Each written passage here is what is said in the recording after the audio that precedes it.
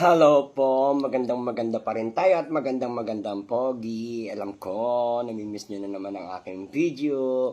Eto na at gagawa ko kahit short video, no? Para mabigyan kayo ng sign o signal ko na ano man yung mga nakikita ko or sinasabi ng tarot card ay malalaman nyo rin.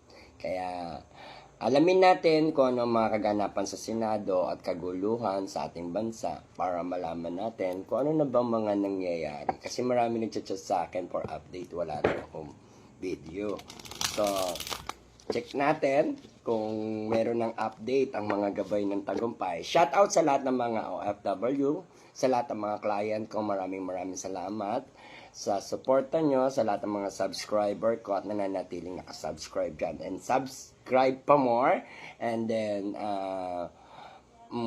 panalangin ko palagi ang inyong kaligtasan, dalangin ko ang inyong kapayapaan at kagalingan at syempre at kaayusan ng inyong buhay-buhay. Maraming salamat sa lahat ng mga client ko sa iba't ibang bansa at iba't ibang lugar. Kaya maraming salamat. Sa lahat na hindi pa nakakapagpa-update, nakakapagpa-tarot card, just contact me to WhatsApp and Viber sa number na 0962-615-5424. Ayan. Maraming salamat at sobrang busy lang po talaga si Madam Bertudes sa lahat ng mga ginagawa. So, tingnan natin yung mga pangyayari ha. Saglitan lang to, no? Singit lang to sa oras ko. So, ano na nga ba mga nangyayari sa ating bansa?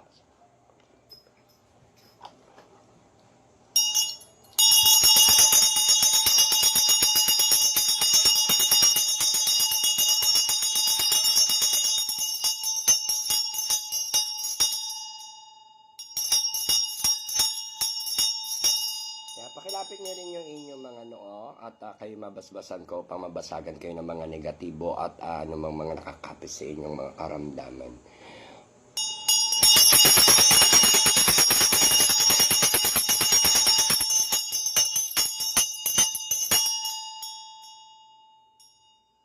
So yan, tingnan natin yung mga nagaganap at nangyayari sa ating gobyerno, sa Senado, at sa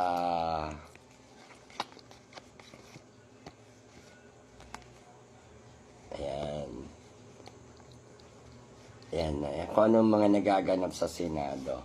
Okay. Shout out sa lahat ng mga DDS supporters